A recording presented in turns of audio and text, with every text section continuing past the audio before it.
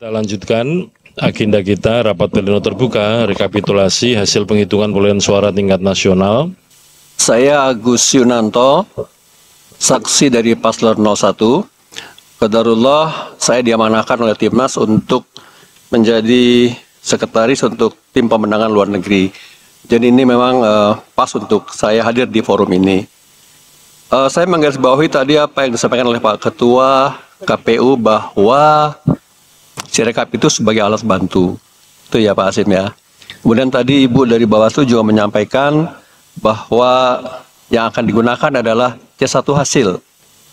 Nah, kalau dalam perjalanannya ternyata Sirekap ini banyak mengalami masalah yang sudah sama-sama kita ketahui, dan tadi teman-teman dari PDIP juga sudah menyampaikan, termasuk yang saya pantau dari sahabat-sahabat saya di Mesir, di Kairo khususnya. Nah itu dari mereka itu penghitungannya 73%, tapi ketika masuk ke Sirekap jadi 30 sekian persen gitu ya. Nah saya hanya berharap Pak Ketua bahwa kesalahan ini bisa dikoreksi gitu ya. Tadi Ibu dari Demokrat mengatakan tetap jalan terus. Saya bisa sependapat sepanjang ada perbaikan dalam sistem itu. Tapi apakah dengan waktu yang singkat ini perbaikan itu bisa disegerakan sehingga nanti tidak lagi menimbulkan kerugian-kerugian dalam hal penghitungan gitu. Tidak cocok antara C1 hasil dengan Sirekap. Barangkali itu saja, tapi dari Bawaslu terima kasih dari Ibu sudah menekankan seperti itu dan sudah beberapa kali berkirim surat ya Bu ya kepada KPU. Terima kasih Pak Ketua. Assalamualaikum warahmatullahi wabarakatuh. Salam. Terima kasih. Silakan Mas Ibnu. Terima kasih Ketua KPU ya. Saya dari tim Paslon nomor 1 ya. Kita ini sudah dari tanggal 7 Februari, tanggal 12 Februari dan tanggal 18 Februari menyoroti pihak KPU ya agar terbuka mengenai audit IT Sirekap. Karena kami mendapatkan informasi langsung dari alumni ITB bahwa aplikasi Sirekap ini masih banyak kelemahan. Ya, makanya kita sebagai dari Paslon nomor 1 sudah mengingatkan KPU untuk ayo loh kita ngajak partai-partai lain kita audit nih apakah aplikasi tersebut sudah layak ya. Surat kami juga kita sudah tembuskan kepada pihak Bawaslu juga ya tanggal 7 Februari, tanggal 12 Februari sampai dengan tanggal 18 Februari.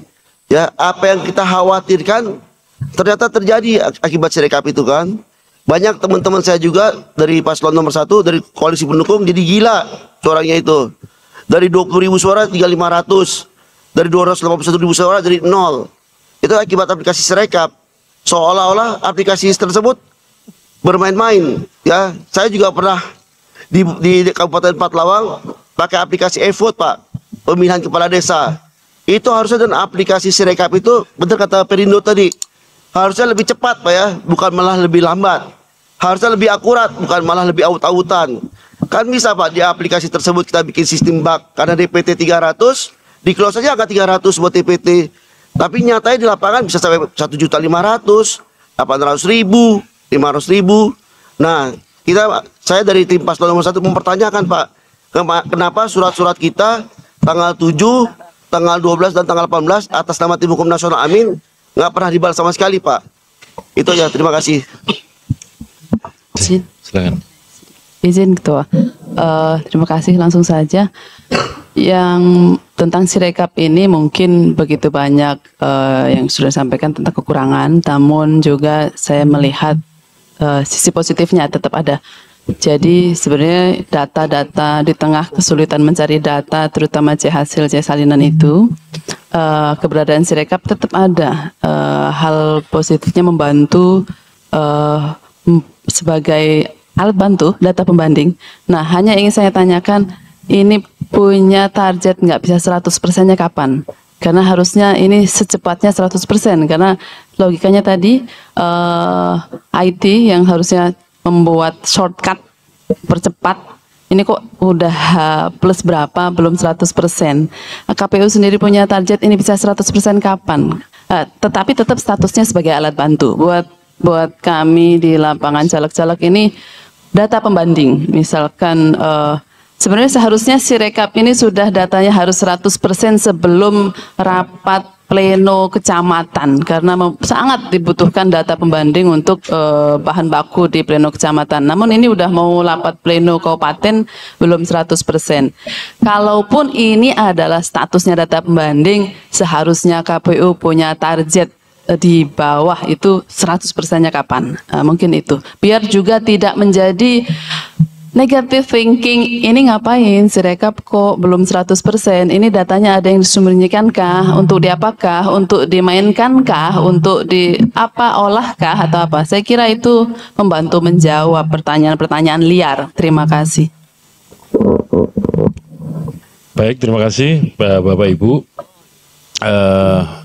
Terhadap tadi yang disampaikan, saya merespon yang surat-surat yang tadi katanya tidak dijawab, nanti kami cek ya. Seingat kami juga kami respon satu persatu itu. Nah yang berikutnya sekali lagi untuk proses rekapitulasi kita ini yang kita gunakan adalah hasil rekapitulasi secara berjenjang, bukan yang ada di dalam Sirekap. Jadi sebenarnya fungsi utamanya tadi ya untuk mempublikasikan, memudahkan untuk mengakses dan seterusnya. Nah untuk target dari 100% unggah TPS, formulir CTPS, tentu saja mestinya sebelum penetapan hasil pemilu nasional tanggal 20 Maret harus sudah selesai semua. Dan kalau idealnya sebelum rekap di kecamatan selesai atau putus, unggah di setiap TPS di wilayah kerjanya PPK atau kecamatan tersebut sudah selesai. Itulah yang kemarin kita usahakan supaya kemudian ketika rekap di sebuah kecamatan itu berlangsung, hasil koreksinya sudah ada.